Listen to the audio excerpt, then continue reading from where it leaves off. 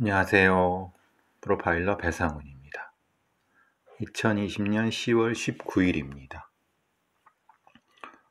좀 이따 이제 팟빵 녹음하러 가야 되는데, 잠깐 시간을 냈어요. 늘 있는 일이지만, 이 국가음이 진행되면서,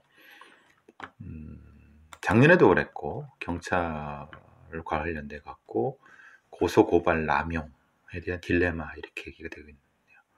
이게 무슨 말이냐면, 물론 검찰청에도 고소, 고발을 할 수 있습니다만은, 그것보다는, 이제, 검찰청보다는 사실 경찰서가 가깝게 있고, 뭐, 군 하나, 뭐, 시마다, 뭐, 몇 개씩 있으니까, 이제 경찰서 민원실에, 그러니까 이 고소, 고발을 하는데, 이게 42만 1천 건이라고 합니다. 그러니까 실제로 경찰의 수사 인력이 한정돼 있고, 검찰은 뭐 사실은 2차적인 수사기관이기 때문에 사실 그건 의미가 없지만, 그러니까 이제 이게 딜레마다. 왜냐하면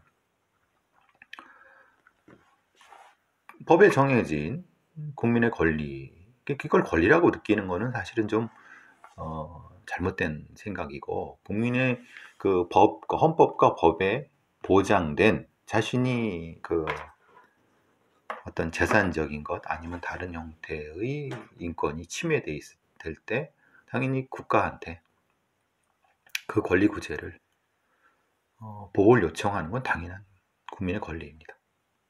그런데 이것이 어떤 제도적인 측면 때문에 한국의 수사기관과 사법 시스템이라든가 여러 가지 이 관련된 사회 문화 때문에 고소 고발로 해결하지 않아도 되는 어떤 제도적인 미비점이나 어떤 구조적인 문제 때문에 경찰에 대한 고소고발, 경찰한테 고소고발을 하는 부분이 생긴다고 하는 것은 그건 분명히 문제가 있는 거죠. 실제로 경찰에 고소된 42만 건 중 검찰에 기소되는 건 20%밖에 안 되는 거고, 그리고 실제로 이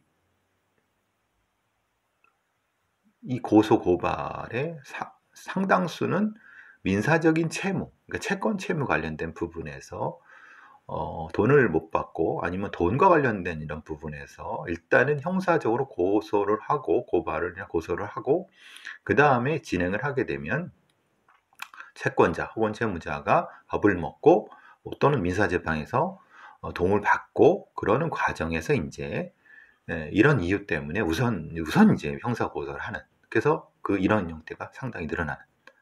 또 하나는 일종의 보복 같은 거. 그러니까 억울하다. 그러니까 이제 말하자면은 저 사람은 좀 골탕 먹여줘야 되겠다. 아니면은 내가 어떤 이 억울함을 풀 수 없는데 다른 방법을 얻고 일단 고소하고 보자라고 하는 거. 또 하나는 이제 특히 요거는 사실 심각한 어떤 정쟁 관련된 부분인데, 명예훼손으로 여당이 야당을, 그리고 여권 측 시민단체가 야권 측 시민단체가 여권 측을, 그리고 또 시민단체가 자신의 존재감을 과시하기 위해서 여러 가지 그 고소고발, 사진 한 장 찍으려고 하는 여러 가지.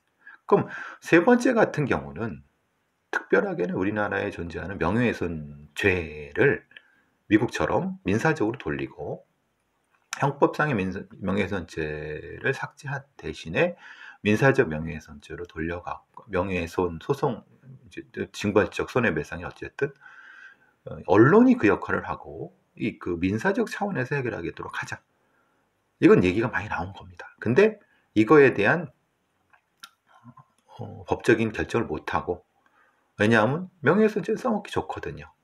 검찰도 그렇고 또 경찰도 그렇고 선별적 기소를 할 수도 있고, 아니면 이걸 통해서 이제 흔히 말하는 자유로운 언론의 자유로 입을 막을 수 있고, 말하자면 이런 거죠. 뭐 재벌이라든가 기득권자들이 자신들에 대해서 들어오는, 예를 들면 조선일보의 방시 일가에 대한 어떤 거를 언론에서 막 얘기를 하고 아니면 어떤 인터넷에서 뭐 얘기하면은 명예훼손을 걸어갖고 처벌해서 입을 막아버리는. 그러니까 언론을 통제하거나 아니면 시민들의 입을 막는 수단으로서 뭐 이런. 그러니까 당연히 이 기득권을 가진 사람도 명예훼손죄의 형사적인 부분을 풀어주려고 그러지 않죠. 또 민사적으로도 상한가를 더 갖고 이렇게 하는 거. 그러니까 이거는 세 번째 파트의 경찰의 고소고발이 많아지는 거는 실제로 기득권을 수호하기 위한 어떤 부분과 연관이 되는 것. 그래서 명예훼손죄 이런 부분이 있는 거죠. 그러면 그 부분은 쉽게 해결할 수가 있죠. 왜냐하면 그 명예훼손죄 부분 이런 부분들을 제대로 손보면 되니까. 또 하나는 이제 채무 관련된 부분에서 형사고소부터 하는 거. 이거는 사실 탐정제라든가 민간조사원 같은 걸 통해서 아니면은 좀 더 양질의 변호사 서비스 같은 거, 법률 서비스를 받을 수 있게 한다고 하면 굳이 경찰한테 가서 호소를 할 필요가 없죠. 그럼 이건 왜 그러냐? 그럼 법조계, 소위 말하는 이 변호사들, 법률 업계에서 사실 그 진입장벽을 높이려고 하는 수작들이죠. 그러니까 결국은 탐정제도를 도입하고 여러 가지 재판 전에 화해라든가 이런 제도라든가 이런 부분들을 확대하고 그러면 즉 경찰이나 아니면 다른 쪽에 그러니까 소위 말하는 변호사 중심의 어떤 법률 시장을 그 외 탐정이나 다른 쪽으로 넓혀주면 충분히 해소할 수 있는 부분. 근데 기득권을 가진 법률 변호사 집단들이 그걸 안 놔주려고 하니까 이런 문제가 생기고, 그러나 결국은 경찰에 고소. 그럼 이것도 해결책은 명확하죠. 또 하나는 아까 말씀드린 이제 세 번째 부분에서 이 고소고발 아니라 다른 형태의 이 복수라든가 아니면 뭐 여러 억울한 부분. 그러니까 이것도 역시 억울함을 해소할 수 있는 다른 방법들이라든가 이런 것들. 그리고 또 이 고의적으로 사람을 괴롭히는 거에 대한 무고죄에 대한 엄격한 수사 이런 부분. 그러면 실제로 지금 연합뉴스에 나온 아니면 노컷뉴스에 나온 이 고소고발 남발. 그래서 경찰에선 뭐 선별수리제 도입하겠다는 동, 예를 들면은 뭐라고 하냐면 선별수리제라든가 아니면 뭐 수사 민원 상담센터를 운영하겠다는 동. 경찰에선 이렇게 할 수 있지만 결국 이 문제는 우리나라의 그 사법 관련된 문화적인 제도를 바꿔야 된다. 근데 그거를 기득권자들이 놓고 있지 않기 때문에 발생하는 거다. 실제로 이제 경찰들이, 특히 수사과의 경찰들은 고소고발이 사건이 넘쳐요. 형사사건도 마찬가지죠. 이런 부분에서. 이제 결국은 답은 명확해요. 근데 여기 그 노컷뉴스라든가 여기서는 그 얘기를 안 하고 있죠. 그러니까 이 기자나 애들이 답을 몰라서 안 한다고 보진 않아요. 왜냐하면 답은 알고 있지만 그 답을 쓰려고 하면 기득권을 가진 놈들한테 대한 비판을 해야 되고, 명예훼손죄라든가 아니면은 법률시장 관련된 부분, 변호사에 대한 부분, 여러 가지 탐정들 이런 걸 건드려야 되기 때문에 그건 건드리기 싫고, 그러니까 대충 있는 것만 가지고 고소사건 선별수리제라든가 아니면 뭐 여러 가지 그 안에서만 해결할 수 있는 이런 부분들만 고소고발 남용책을 하고 있지만, 글쎄요. 우리나라의 전체 수사기관의 고소고발은 77만 건입니다. 그러니까 42만 건은 경찰인 거고 나머지는 검찰이 되겠죠. 그러니까 이제 말하자면 이것도 마찬가지예요. 그럼 검찰에 고소되는 건 어떻게 합니까? 지들이 안 해요. 필요한 것만 조금 하고 나머지는 다 경찰로 내려보니까 그러니까 결국은 42만 건만이 아니라 77만 건, 거의 대부분의 70만 건 이상은 경찰이 한다고 보는 게 맞아요. 그러면 이것처럼 민사사건의 형사사건화 경향을 어떻게 해소할 것인가에 대한 답을 이 기자는 주고 있지 않은 거죠. 그러니까 다시 말씀드리면 몰라서 안 주는 게 아닐 거라고 봐요. 진짜 모른다면 바보고 기자 밖으로 밥숟갈 놔야 되는 거고. 그래서 이제 여러 가지 면에서 글쎄요, 이 CBS 로컬뉴스의 이 기자가 왜 이런 소리를 했고 건국대 한상희 교수님이 이런 게 글쎄요, 갈수록 심화하는 고소고발 사건이라든가 이런 부분들에 대해서 명확한 제도적으로 해결할 부분이 있는데 사실은 좀 기득권에 그리고 벽에 막혀갖고 얘기도 못하는 글쎄요. 고소고발 권리가 제한돼서는 안 된다고 봅니다. 그렇지만은 그것이 꼭 경찰이나 검찰의 수사를 의뢰해 갖고만 해결될 수 있다. 그건 아니죠. 그 전에 아니 다른 걸로 충분히 많이 할 수 있는 세상이 돼야지 맞는 겁니다. 경찰이나 이 수사기관은 최후의 수단으로서가 돼야지 맞는 건 아니겠습니까? 경찰 고소고발 얘기 나오면서 좀 한 말씀 드렸습니다. 그러니까 이런 것들이 많아요. 그러니까 조금만 들어가면 답이 있는데 그 조금만 못 들어가는 거죠. 안 들어가는 거죠. 왜냐하면 그것은 우리 사회의 강력한 기득권자들의 저항, 변호사들, 법률의 어떤 그 단단한 저항, 그리고 재벌이라든가 아니면 이런 이 명예훼손 관련된 거에 당사자가 될 수 있는 사람들의 강고한 어떤 벽들, 이런 것들. 어제 조금 늦은 시간에 스포트라이트라는 영화를 봤어요. 사실 굉장히 유명한 배우들이 많이 나오고, 여러분 영화 스포트라이트 보면은 보스턴 글러브지의 실화 사건을 통해 만든 영화입니다. 가톨릭 신부대 성추행, 성범죄, 성추행이 아니죠. 성범죄죠. 강간부터 시작해서. 이게 흔히 말하는 서브오디네이트 레이프, 아니면 어서러트 레이프, 아니면 이게 이제 어떤 영역이 CCM 3판에 들어가면은 아마 소셜 어퀘인턴스보다는 아마 어서러트 레이프, 권위 강간 형태쯤 될 거예요. 이런 상태에 있는 게 그걸 파헤치는 기자들, 이렇게 담담하게 그렸죠. 거기서 쫙 제가 대표적으로 딱 대사가, 분명히 그 피해자들은 변호사라든가 아니면 주변 사람들은 하소연을 했고, 그 하소연이 누군가에 의해서, 변호사 아니면 신부들 아니면 힘이 있는 자들에 의해서 번번이 막히고, 또 신문사조차도 관심을 갖지 않고, 그러니까 계속 그 피해자들이 늘어나고, 결국은 나중에 보니까 이미 다 그 피해는 자들은 이미 있었어. 근데 우리가 귀를 기르지 않았기 때문에 그 피해자들이 계속 우리 주변에 있다는 거를 알싸 모른 척 하려고 했다. 화려한 외관만 보고, 종교의 외관만 보고. 저는 사실 그게 맞다고 봅니다. 마침 또 오늘 아침에 KBS 1라디오 김경래 시사, 이름이 뭐죠? 하여튼 최강 시사라고 하는 라디오 프로그램도 가끔 보는데 그런 얘기를 하는 거죠.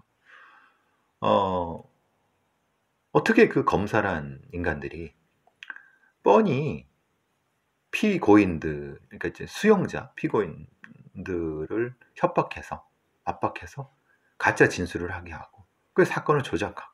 근데 걔들이 죽지 않는 한 언젠간 입을 열 건데, 간도 크다라고 하는데, 저는 그렇게 생각하지 않습니다. 언젠가 입을 열 거라고요? 천만에 맞습니다. 지금 우리 이전에 60년, 70년, 80년대 좀 문천인 사건들 얼마나 많습니까? 그리고 지금도 우리가 인지하지 못하는 많은 사건들이 있습니다. 근데 그 피해자들은 존재해요. 근데 그 사람들이, 또 가해자들도 존재해요. 그런데 그 사람들이 입을 열지 않아요. 왜? 이해관계가 있고, 또 피해자들은 그 가해자들이 아직도 힘을 갖고 있기 때문에 주눅이 들어서 심리적인 어떤 압박 때문에 그렇게 반복적으로 습관화됐다고 하면은 그 별거 아닌 검사들이 그렇게까지 조작하고 할 수 충분히 있다고 봐요. 입법 로비 사건이든 어쨌든 한명숙 전 총리 사건이건 어쨌든 지금이 옵티머스 사건이든 어쨌든, 왜? 그런 학습을 통해서 형성된 것은 우리가 이렇게 해도 쟤는 감히 양심선언 이런 거 하지 못해. 당연히 그렇게 생각하는 거예요. 그게 안 해왔으니까. 저는 오늘 최강시사에서 나온 그 시사직격에 나온 입법노비 사건에서 검사들의 그 사건 조작 같은 거, 수용자에 대한 압박을 해서 왜 그들이 입을 못 열고 있을까? 왜 그들이 거짓말을 할까? 그리고 뻔히 있음에도 불구하고 어제 스포트라이트의 그 기자들과 그 내용을 보면서 같은 맥락이라고 합니다. 우리 사회의 피해자들, 그리고 입은 있어도 말을 못하는 사람들이 많이 있습니다.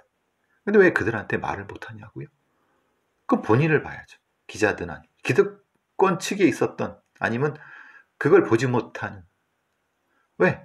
그걸 열어주지 않으면 그 사람들은 계속 얘기하지 않을 거거든요. 그런 생각을 많이 했습니다. 결국은 정의라는 것은 저절로 만들어지는 것도 아니고, 사회 안전이란 것이 그렇게 저절로 쉽게 되는 게 아니다. 끊임없이 찾아내고 추구하고 우리가 노력하지 않으면 온갖 독버섯들은 주변에 있고, 그들을 제거하고 캐내고 밝혀내고 이런 노력들이 항시 우리가 감시하지 않으면 언제나 피어날 수 있고, 독버섯은 피어날 수 있다. 그게 스포트라이트. 그리고 우리 주변에 그런 어떤 악마들은 매우 화려한 얼굴을 하고 매우 좋은 얘기하고, 마치 자기가 정의로운 양, 마치 자기가 세상의 모든 것을 다 아는 양, 아주 예쁜 얼굴, 아주 멋있는, 돈 많은 그런 얼굴. 실제로 피해자들은 우리 친일파하고 이 독립군의 자식들 생각해 보세요. 독립군의 자식들은 못 먹고 못 배워갖고 어디 더럽고 힘든 어느 공간에서, 그리고 몸치장도 못하고 이렇게 마치 보면 노숙자처럼 살아요. 그 겉모습만 보면 아무것도 해결 못해요. 지금 친일파의 자식들이, 지금 친일파들도 그렇고 어떻습니까? 때깔 번쩍하고 많이 배웠어, 말도 잘해, 집도 좋아. 그러니까 되게 또 표준어 구사해, 또 매우 젠틀하고 정의로운 척해. 대부분 그들이 검사가 되고 판사가 되고 변호사가 돼갖고 매우 자기가 뭐가 됐냐, 의사가 되고 사회에 곳곳에. 그러니까 그런 사람들 대하긴 편하죠. 왜냐하면 그냥 젠틀하니까. 근데 피해자들 대하긴 불편하죠. 왜냐하면 그 사람들은 이미 많이 당했기 때문에 말도 거칠고 더럽고, 그렇죠, 냄새나고. 근데 그 겉만 보면 안 된다는 거예요. 한 커플 두 커플 들어가서 지금 있는 것이 아니라 왜 그렇게 됐는 거예요? 스포트라이트에 나왔던 피해자들, 신부한테 강간을 당했던, 당연히 수십 년 전에 당했는데 자기 부인이나 자식한테는 절대 얘기 못하고 혼자 끙끙 앓면서 분노가 폭발해갖고 막 흥분해갖고 겉으로 보기엔 미친 사람 같아. 근데 그 사람은 왜 그런지 알아. 이거를 제대로 보지 못하면 정의란 요원한 겁니다. 마찬가지입니다. 지금 이 상황도 마찬가지인 거고. 그래서 우리가 모두 같이 정의로운 사회를 만들기 위해서는 같이 노력해야 되고, 지금 달콤하고 예쁘고 뭔가 있는 것처럼 보이고 말 잘하고 근데 실제로는 기득권을 가지고 있는, 마치 지금은 정의를 수호하는 듯이 하는 그러면서 때로 몰려다니면서 댓글질이나 해야 되는 그런 집단들, 정확히 봐야 된다는 거예요. 정확히 판단해야 된다는 거예요. 이 사건은 좀 희한해요. 이게 이제 5년 전에 친형을 살해했던 고교생이 출소 1년 만에 보험 사기로 법정이라는 이런 기사가 연합뉴스에 떴는데, 이게 5년 전에 고등학교 3학년이 친형을 흉기를 찔러 죽였어요. 그래서 소년범이기 때문에 3년만 복역하고 나와서 20살이 되는 바로 보험 사기를 저질렀어요. 그러면은 이게, 저는 이렇게 생각해요. 얘가 자기 형을 죽인 거는 자기 형이 고3인데 술 먹고 들어와서 자기를 때려갖고 우발적으로 죽였다고 생각할 수 있어요. 그러면 문제는 소년원에 들어가서 소년 교도소죠. 거기서 뭘 배웠냐? 그럼 거기서 범죄를 배운 거예요. 그래서 나와갖고 거기 그 동네 친구 선후배 11명이랑 거기로 교통사고 낸 방식으로 합의를 뜯어냈어요. 그럼 우리가 소년교도소나 소년원이 결국 뭐가 되는가? 범죄 학교가 됐다는 거죠. 요즘 제가 청주의 충북대학에서 일탈과 사회통제 배우는 차별 접촉 이론이죠. 비행 친구, 범죄 친구가 범죄 유발한다. 어떻게 보면 참 비극이죠. 이 아이가 자기 술 먹은 형이 자기를 때리고 그때 그렇게 하지 않았으면 소년교도소 가지도 않았을 거고. 그럼 지금 이렇게 또 보험 사기면 되지 않았을 텐데. 누구 잘못일까요? 좀 생각을 많이 하게 되는 사건이었습니다. 자, 제가 지금 팟빵을 녹음해야죠. 자, 오늘 여기까지 했습니다. 감사합니다.